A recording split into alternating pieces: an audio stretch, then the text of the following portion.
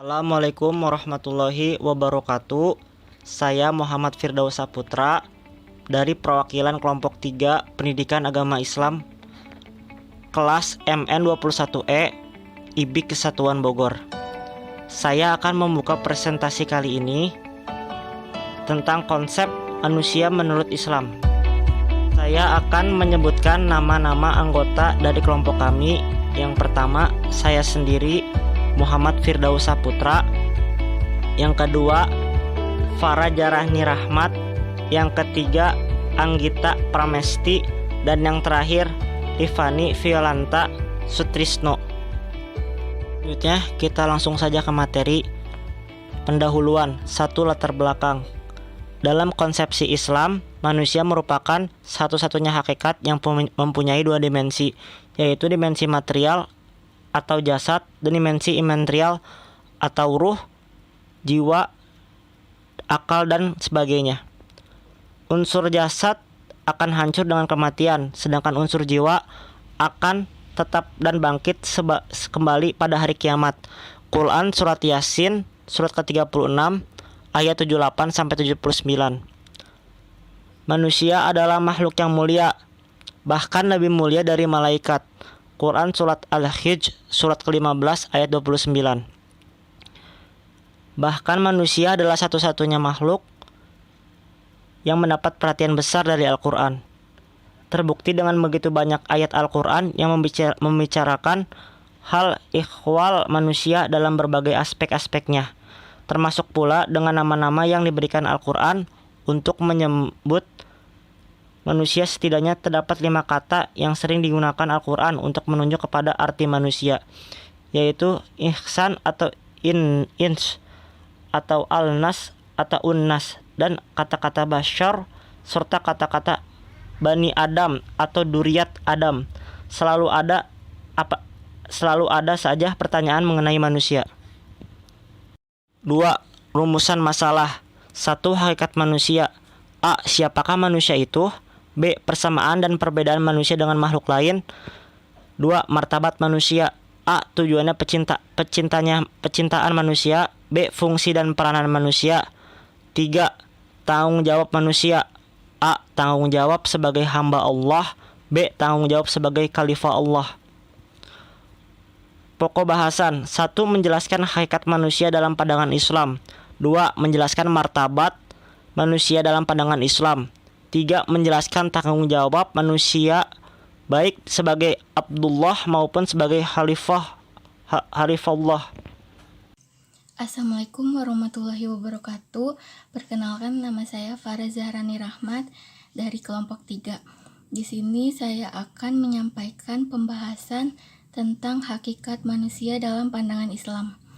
Hakikat manusia dalam konsep Islam adalah makhluk yang diciptakan oleh Allah Subhanahu wa Ta'ala, memiliki berbagai potensi untuk tumbuh, berkembang menuju kesempurnaan.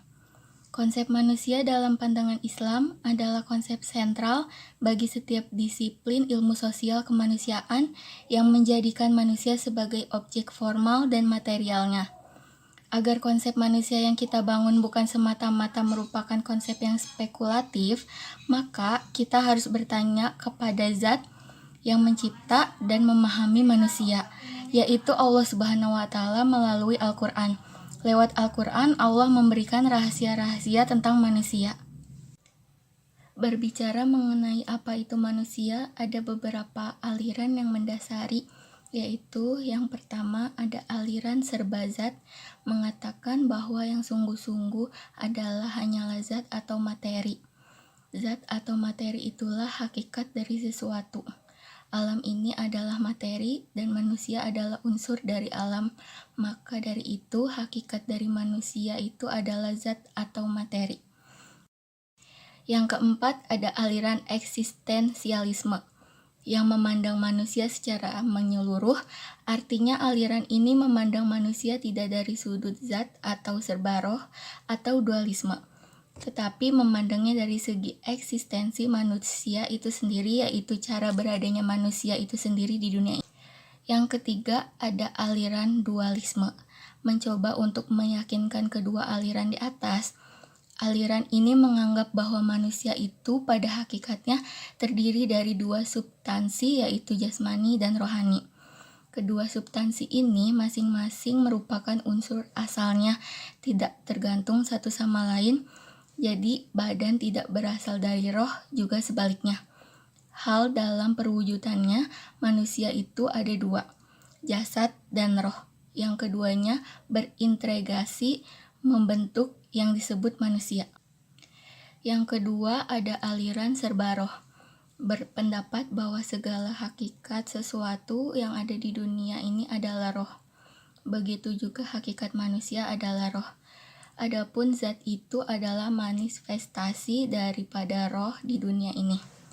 Yang kedua ada martabat manusia dalam pandangan Islam. Martabat manusia adalah harga diri atau kedudukan manusia di muka bumi, yaitu sebagai makhluk ciptaan Allah yang paling sempurna dan derajatnya lebih tinggi dari makhluk yang lain. Martabat manusia yang paling sempurna dan lebih tinggi disebabkan karena manusia diberi akal dan hati nurani oleh Allah Subhanahu wa Ta'ala. Eksistensi manusia di dunia merupakan tanda kekuasaan Allah Subhanahu wa Ta'ala terhadap hamba-hambanya, bahwa Dialah yang menciptakan, menghidupkan, dan menjaga kehidupan manusia.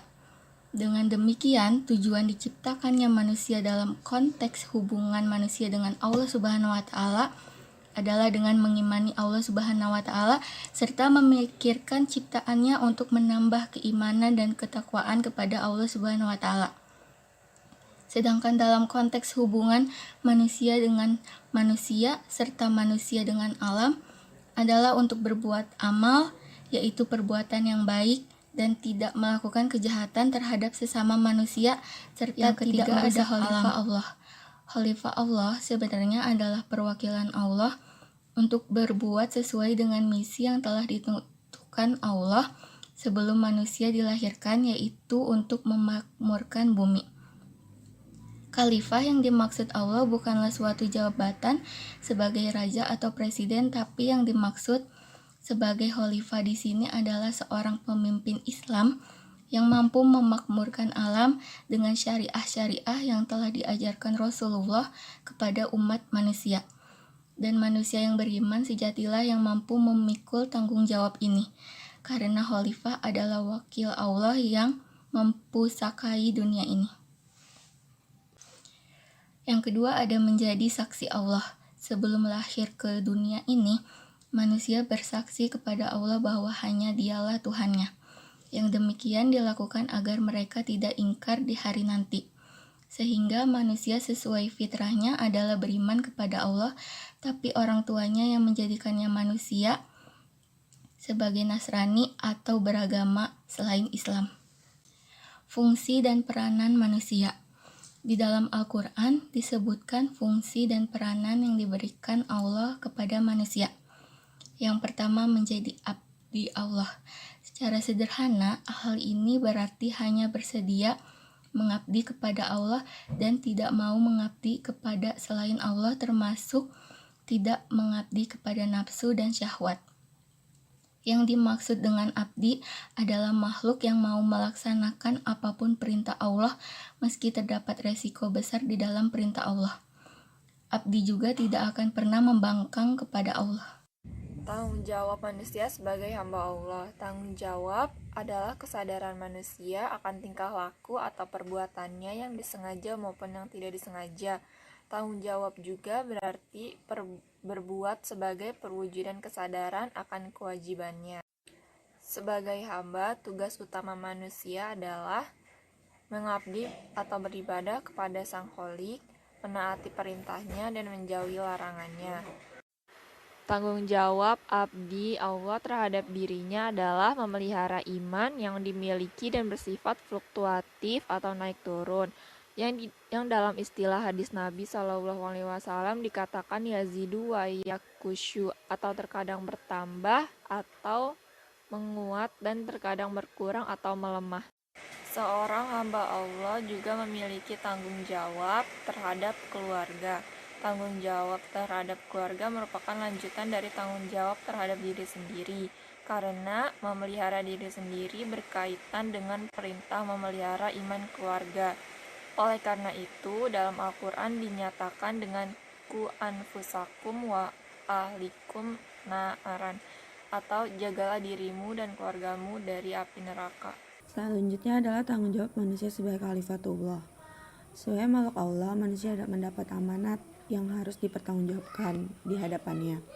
Tugas hidup yang dipikul manusia atau di bumi adalah tugas khalifah, yaitu tugas kepemimpinan dan juga sebagai wakil Allah di muka bumi untuk memperoleh dan memelihara alam. Khalifah berarti wakil atau pengganti yang memegang kekuasaan. Manusia menjadi khalifah, berarti manusia memperoleh mandat Tuhan untuk mewujudkan kemakmuran di bumi. Tanggung jawabnya yaitu yang pertama, pertanggungjawaban pada diri sendiri, yang kedua pada masyarakat, yang ketiga pada Allah.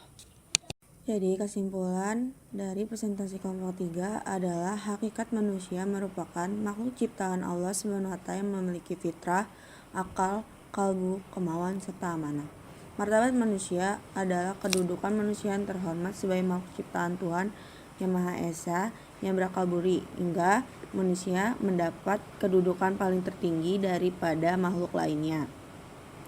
Ditinjau dan martabatnya, kedudukan manusia itu lebih tinggi dan lebih terhormat. Tanggung jawab manusia adalah kewajiban yang harus dilakukan oleh manusia karena kemampuannya. Dan martabat manusia sebagai makhluk yang paling sempurna dan lebih tinggi adalah sebagai hamba Allah dan khalifah di muka bumi. Sebagai hamba Allah, tugas utama manusia adalah mengabdi atau beribadah kepada Allah, menaati perintahnya dan juga menjauhi larangannya. Sebagai khalifah Allah, manusia memiliki tugas sebagai pemimpin dan juga wakil Allah di muka bumi untuk mengelola dan memelihara alam. Terima kasih. Sekian dari kelompok kami, kurang lebihnya mohon maaf. Wassalamualaikum warahmatullahi wabarakatuh.